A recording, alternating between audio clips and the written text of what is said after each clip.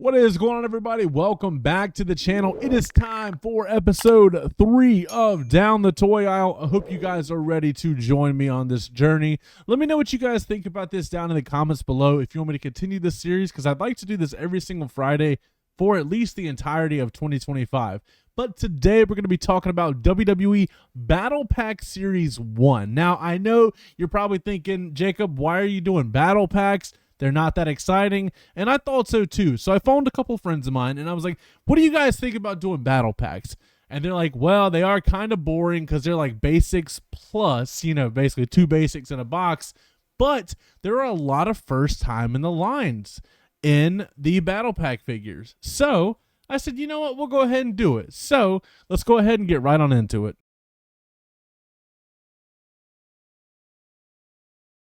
All right, so as you guys see, we do have a Battle Pack Series 1. Like I said, I know it's not too exciting, but it's a lot better than you think it is, especially when we get down a few series. You'll see what I'm talking about. But for the first one here, we have a set that is dubbed Ultimate Rivals, and this is Shawn Michaels and Chris Jericho. Now, back to what I just said a second ago, first time in the line, neither one of these guys had a figure so far from Mattel. They didn't have an elite. They didn't have a basic. But you know what they did have? Battle Pack. That's right. You're getting Shawn Michaels' first Mattel figure. You're getting Chris Jericho's first Mattel figure. And I love the fact that they are actually posing Shawn and doing the Sweet Chin music in the package. I like that a lot. Now, they don't do that too much anymore. When Jax did the Unmatched Furies, I didn't like them as a kid because they're not, you can't play with them. They're kind of stuck in statue pose. But I do like the fact that this is posed properly in the package.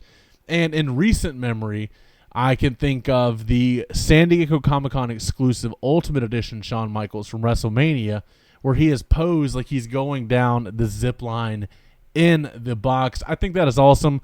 I really wish that is something that Mattel would go back to or do a little more frequently, especially for some of your special characters. I can't think of one off the top of my head, but something like that would be really, really nice. But that is awesome. And I'm assuming this is from their rivalry in 2008, since I think we figured out that a lot of these attires are from 2008. Yeah. Pardon me for not being able to pinpoint any specific match or event or anything like that. But, I mean, this is actually pretty cool. Does it say? No, there's no picture of the back. Now, looking back in hindsight, the head scans are not that good. But what do you expect? This is 15 years ago. We've got a long way in the action figure world in 15 years. But this is awesome. And like I said, a lot of the early sets, they had a nice little catchphrase at the bottom for them, like Ultimate Rivals, and you'll see in Series 1, Series 2, so on and so forth. They don't do that much anymore, especially when getting to the Championship Showdown, and I don't even know what the name for them is nowadays. But we're talking about Battle Pack Series 1, and I do think the Shawn Michaels and Chris Jericho is very nice. Now, it's not an exciting attire by any means. They're elites that are coming up. They're really good. Definitely have a more exciting attire. But this is cool if you still have in package to have it up on the wall or on a shelf and Shawn sitting the Sweet Chin music on Chris Jericho. I think that's pretty cool. But the next set of figures in the set is labeled as Supreme Teams. And this is Legacy. This is Ted DiBiase and Cody Rhodes. I can't say 100%. But I think Ted DiBiase only had 2, maybe 3. No, he had this battle pack.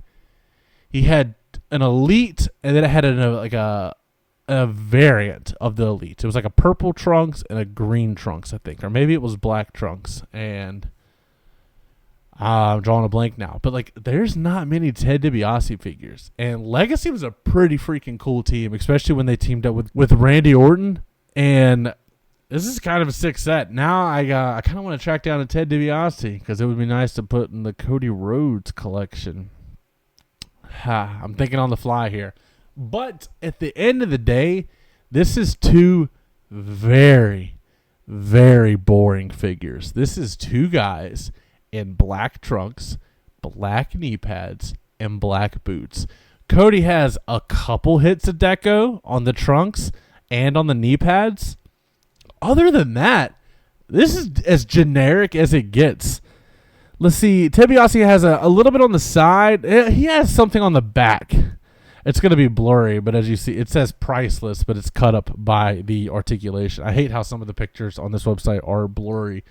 But it's a nice set. Don't get me wrong, but it is so freaking generic as can be. It's honestly unfortunate.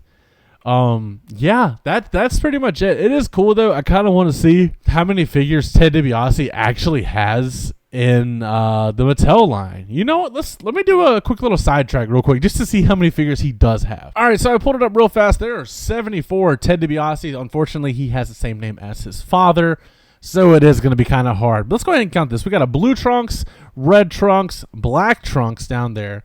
Another basic, that's a chase. I'm not going to count that as an additional one because it is the same as this one, just has a title belt. So we're up to 3, 4 with the elite. He had 2 elites, 5. He had a legacy one and a purple one. Oh, I've been very wrong. 6, that's the variant for Series 10. So we're up to 6. 7, he was in a 3-pack with Randy Orton. I think that might be the same as the basic, but we'll go ahead and count it. I think that might be all of the Mattel Ted DiBiase Jr. 7. I don't know why it's showing some of these random figures. Yeah, that was 7 Mattel Ted DiBiase Jr. So color me shocked. But it is a nice set. Now, looking at it, though, you would probably want the elites of this exact tag team.